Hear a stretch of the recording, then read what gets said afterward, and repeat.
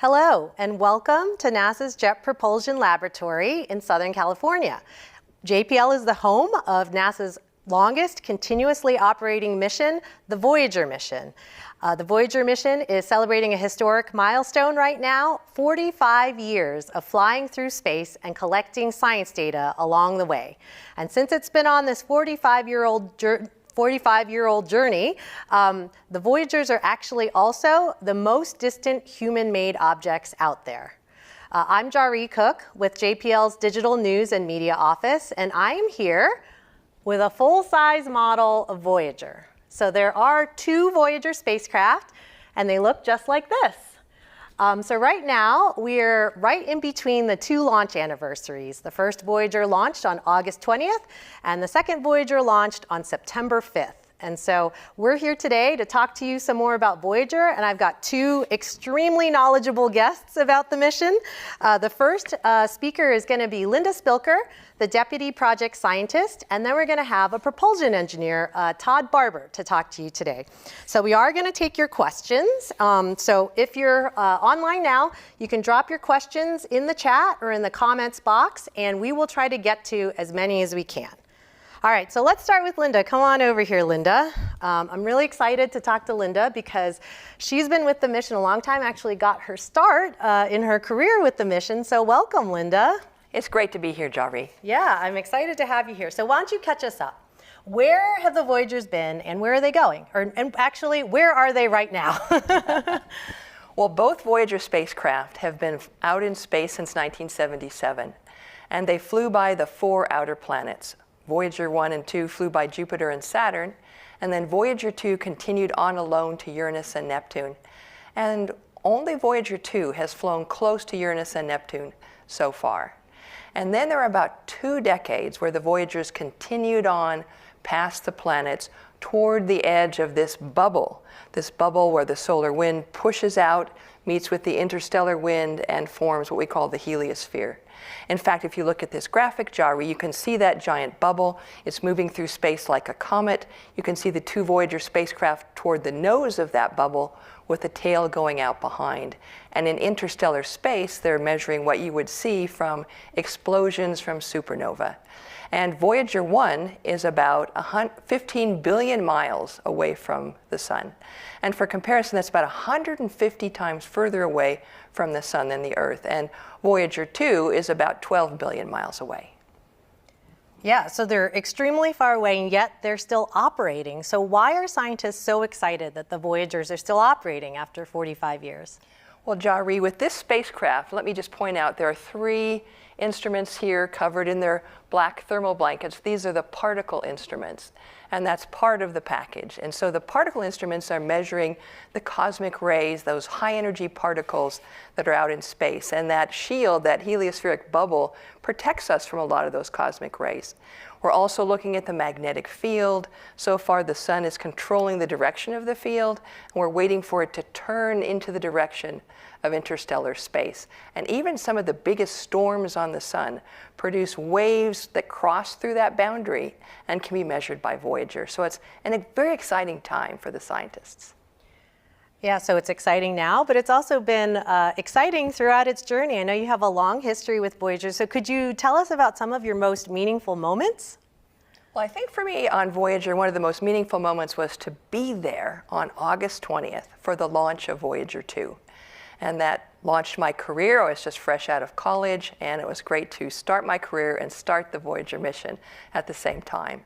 And if you look at this next picture here, the person seated, that's me, back in 1979, talking about what we were going to do with the Jupiter flyby, in particular the Voyager 2 Jupiter flyby.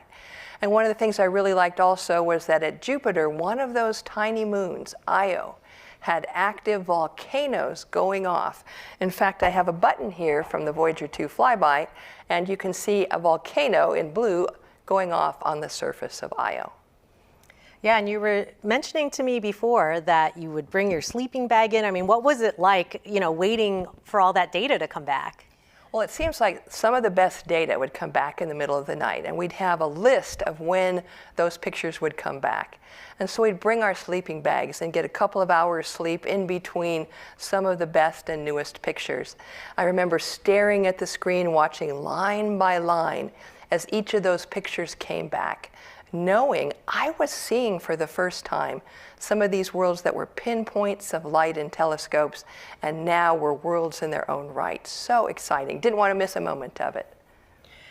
Thank you, Linda, for sharing what it was like to be in the room where it happened, right? It sounded really exciting. So I'm going to thank you, and I'm going to bring on our second guest over here. So Todd, why don't you come over? Thank you, Linda. We'll come back to Linda in a little bit with some questions, and I want to remind you, if you've got questions now, drop them in the chat or in the comments box, and we'll get to as many as we can. So Todd, I'm excited to talk to you because for Linda and the other scientists to get their data, we have to have a team of engineers flying the spacecraft, taking care of it. So I know you're a relative newbie to the team. So what does it mean for you to join the Voyager team? Oh, it means the world to me, Jari, and thanks for having me today.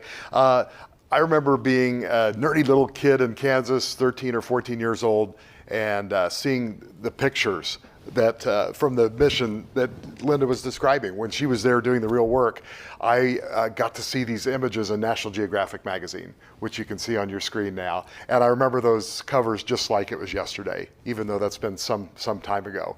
And I dreamt of one day, I became hooked for life in the allure of planetary science. I knew it was my destiny. I never dreamed that I'd get to work now 32 years and counting, my only job at JPL, but let alone in 2022. If you'd have told that kid in Kansas in 1981 that in 2022 he'd be one of about a dozen engineers getting to fly these two 45-year-old spacecraft, he would never believe it. So just delighted to be here today and try to keep the spacecraft alive. Yeah, and so it's been great that you've been able to personally come full circle, but you know, these spacecraft are vintage, as you say, and so I was wondering if you could talk to us a little bit about the challenges of flying these spacecraft that have been through so much already. Yeah. How much time do we have? Just half an hour?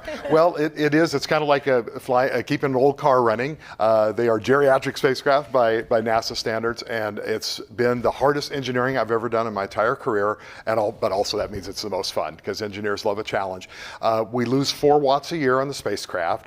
Things are insanely cold. The propellant lines are about to freeze. We've had computer chip issues, and I'm delighted to report we had a problem with the spacecraft in March or April that really flummoxed us. Our attitude control telemetry was nonsensical. We couldn't get any health and safety information about the pointing of the spacecraft or any of the thruster operation, and we just announced today we've fixed that problem. So it's just a tremendous testament to the brilliant engineers I work with. Yeah, fixing it from 15 billion miles away. Exactly, the ultimate telesurgery there. Yeah. Okay, well, we're going to now turn to some questions, and so I'm going to invite Linda back up here on the stage. All right, so again, if you've got questions, you can drop them in the chat, and we'll get to as many as we can. They are coming in right now, so I am going to ask Todd the first question.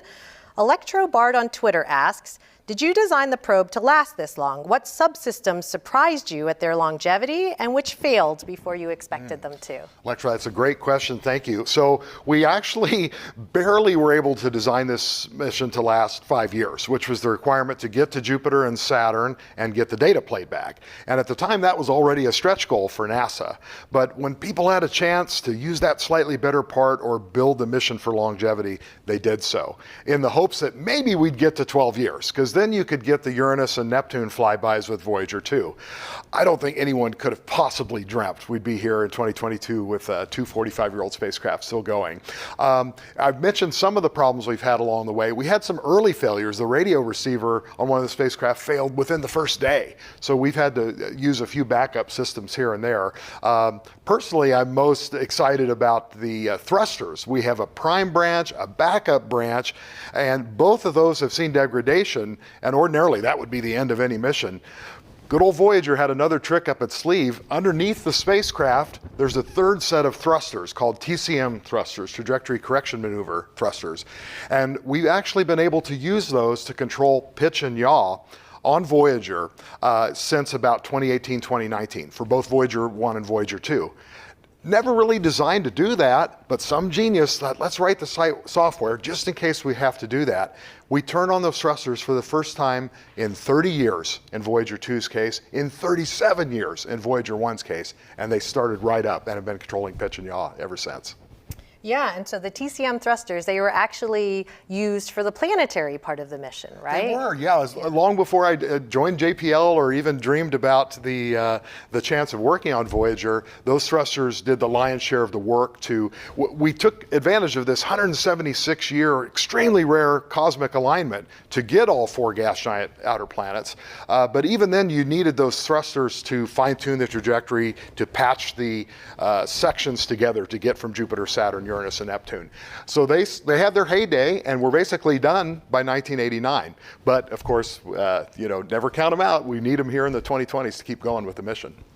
Yeah, I know that sometimes you've said, Linda, expect the unexpected with Voyager, right? Absolutely. There are always surprises around the corner. When you think you have all the answers, that's when you get your biggest surprise. Well, I have a question for you now, Linda. Okay, so Sea of Stars on Twitter asks, and we get this question quite a bit, is there a possibility of either probe turning its cameras back on after all that time and take one last image of our solar system again before they can no longer produce enough power?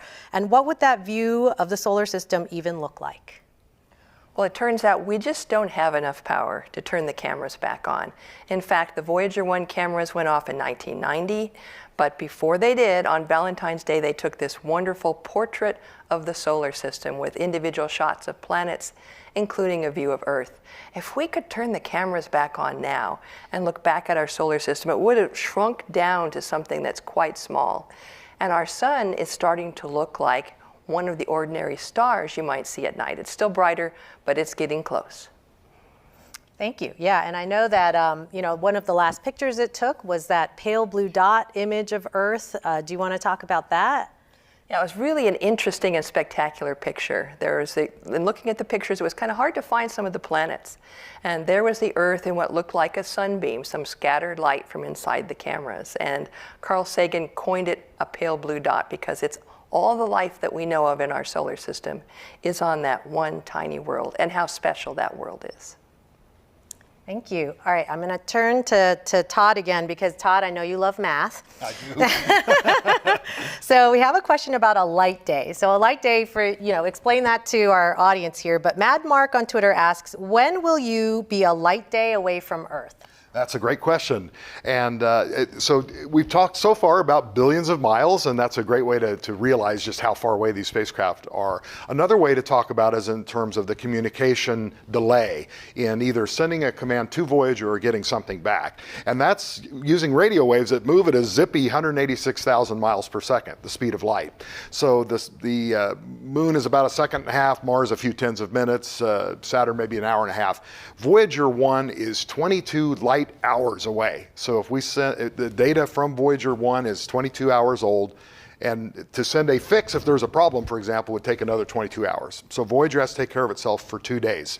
That number keeps increasing, and I did the math, and it's November of 2026 when Voyager 1 reaches 1 light day from Earth. So I think we should celebrate that right before the golden anniversary in August and September of 2027. Yeah. But lest we think we've gone a long way, the nearest star is 4 light years away. So even after 50 years, we're only 1/1500th of the way to the nearest star. Yeah, that's amazing. The sense of scale is a little different where the Voyagers are than here. Okay, I got another question for you, Todd.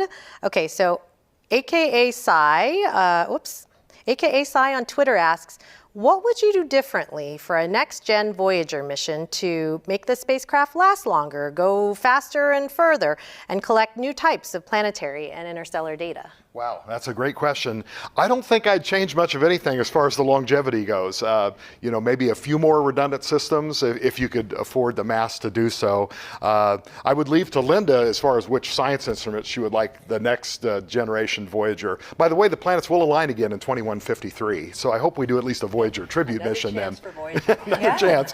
And as far as the, what was the third part of that, or the middle part of that question? To go faster and farther? Faster. Yeah, so again, the cosmic alignment of the planets there is extremely rare, the 176 years. There are other more exotic forms of propulsion that, in theory, could get us to the outer solar system faster. And I know NASA's looking at that, and I would love to see that within my lifetime, too. Otherwise, it takes a really long time to get to the outer solar system. Yeah, an entire lifetime, in fact.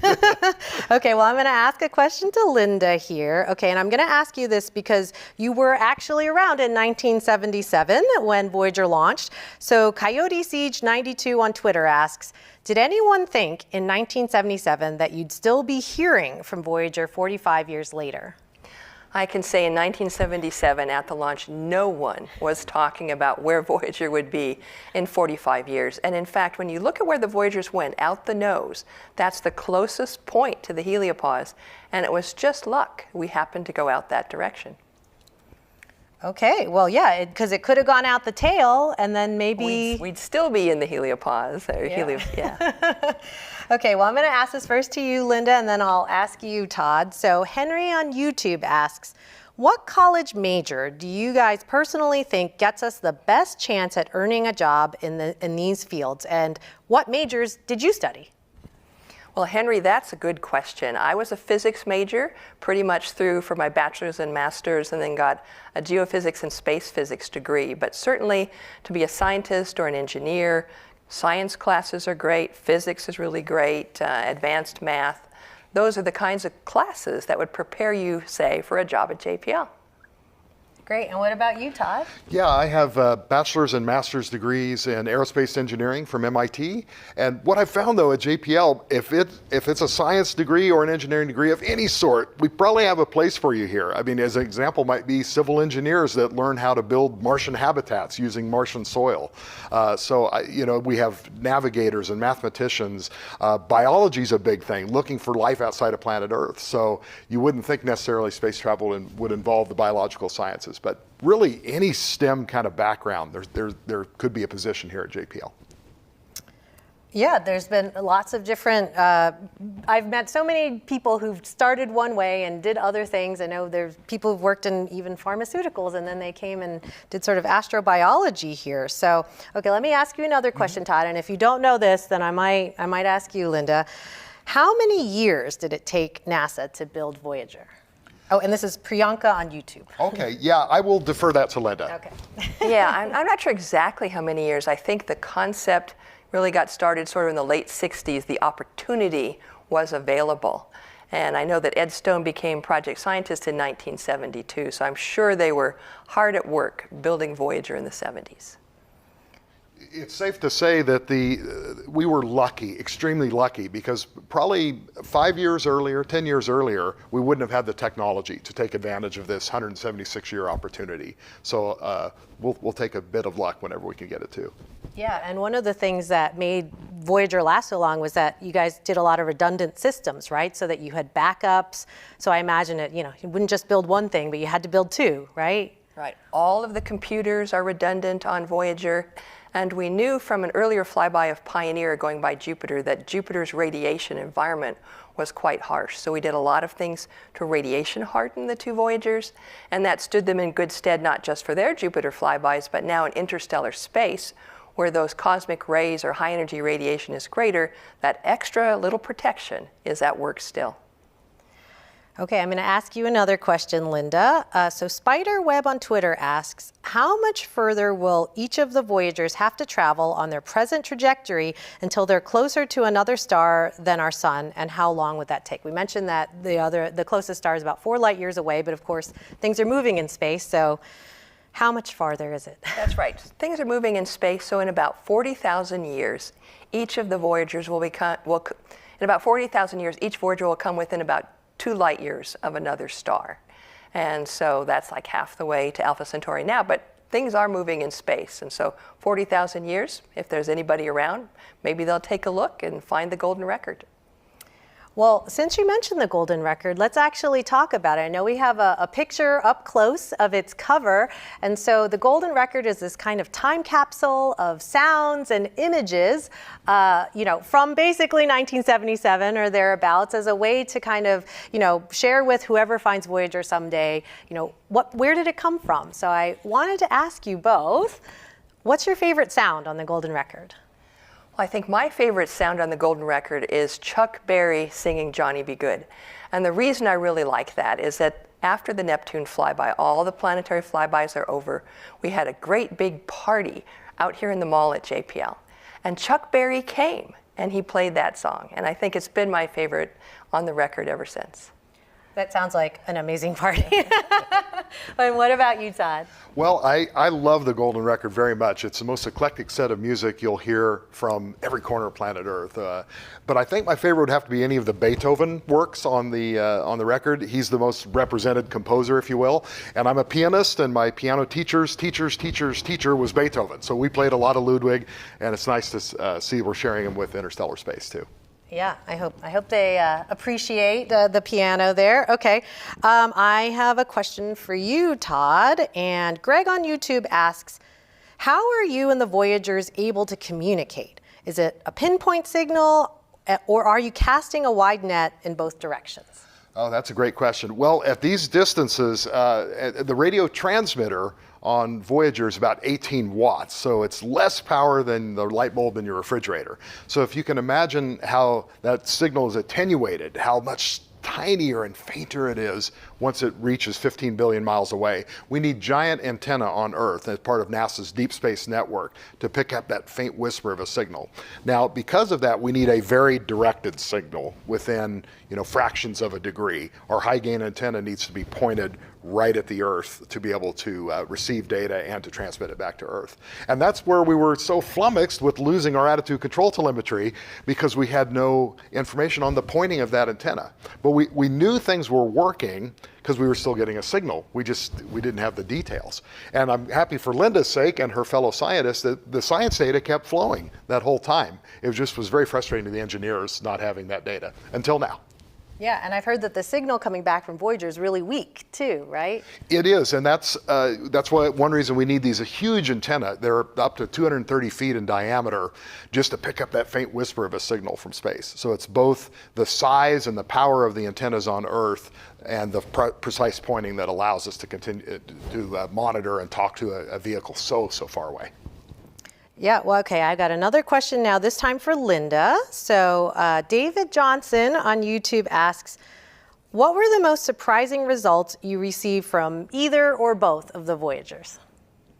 Well, I think surprising results for the interstellar mission, being in interstellar space, have to do with directly measuring the cosmic ray abundance and seeing how they change. And as I mentioned earlier, the fact that the magnetic field hasn't rotated into the direction of interstellar magnetic field yet. The fact that the waves from the sun actually go out into space and beyond.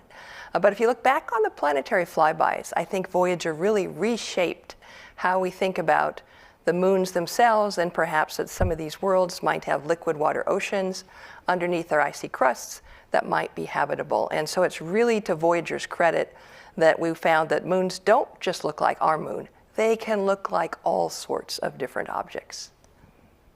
Yeah, and I think the Io thing was a surprise too when you found it, because it was actually in the navigation data, right? I mean, it wasn't even necessary. It was, was at the end of a day or something. Do you want to tell us a story about how those Io volcanoes were discovered? Right. Well, it turns out we needed to take what we called optical navigation frames, where you would get sort of stars in the background to help you're pointing at these targets. And one of those frames had this fuzzy bump on the limb. And so had to rule out, could it be like a bright galaxy? Could it be another moon peeking out from behind Io? And it turned out you rule out all those probabilities, and suddenly it's something coming from the surface of Io. As we started to look more closely, we noticed areas that looked like volcanoes, and they were erupting even as we could see them in the Voyager pictures, and forming this ring of where that lava came back down. It was just incredible.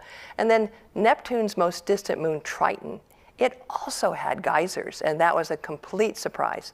So far from the sun, so cold, and yet these little tiny black wisps coming up from the surface of Triton. So many surprises with Voyager. All right, well, I'm going to ask you another question, and maybe you can take this as a more general one, even to just explain, the directions the Voyagers are heading. But Bruce McNinch on YouTube asks, have there been any unexplained changes in speed or direction for either of the Voyagers? Aha. In other words, have we flown close to something that perturbed us a little bit? Well, so far, to the best of our knowledge, no, there's nothing that's happened to the Voyagers that have changed their speed or direction in an unexpected way. If you fly close to a large gravitational mass like a planet, that would bend your trajectory, and that's what we did early on in the mission. So far we haven't seen anything, but who knows what's out there. Yeah, and the reason that we kind of bent upwards and bent lower is because there were certain things you guys wanted to see on the planetary voyage? Right. Well, with Voyager 1, we wanted to go close to Saturn's moon Titan. And in doing that, it bent us out of the plane of the planets, bent us upward. And with Voyager 2, we wanted to fly very close to Neptune's moon Triton. And so to do that, we flew over the pole of Neptune and down to catch Triton, and then kept going out of the solar system that way. Great. Okay, I'm going to ask one last question to you, Todd. Okay. Travis Winch on YouTube asks, keeping the probes online is one thing, but how do you maintain the ground systems that could be as old as the probes, or are all the ground systems completely modern? Oh, Travis, that's a great question. And it is a real struggle. As you can imagine, back in the days when Voyager was launched, it's punch cards and tape drives and things like that. So we have struggled with that. We've also done a number of spacecraft moves, from off the JPL facility back on, and inevitably some problems might pop up during these transitions just to keep these old systems running. It's useful to have some people that understand assembly language and the old code too. But yeah, it's definitely one of the major problems here that we have to deal with on Voyager to keep getting data in the 21st century. Okay, all right, well, let's see. I think we're gonna wrap it up here because I think this is basically all the time that we have. And I wanted to say thank you to Linda and thank you to Todd for joining us today to take your questions on Voyager. And so for all of you at home, if you wanna follow Voyager's journey on social media, you can follow at NASA JPL and at NASA Voyager. And so to kind of take us out, because Voyager took so many beautiful images of our solar system, we have a montage of images for you from the Voyager journey to the outer planets. And so enjoy this space odyssey.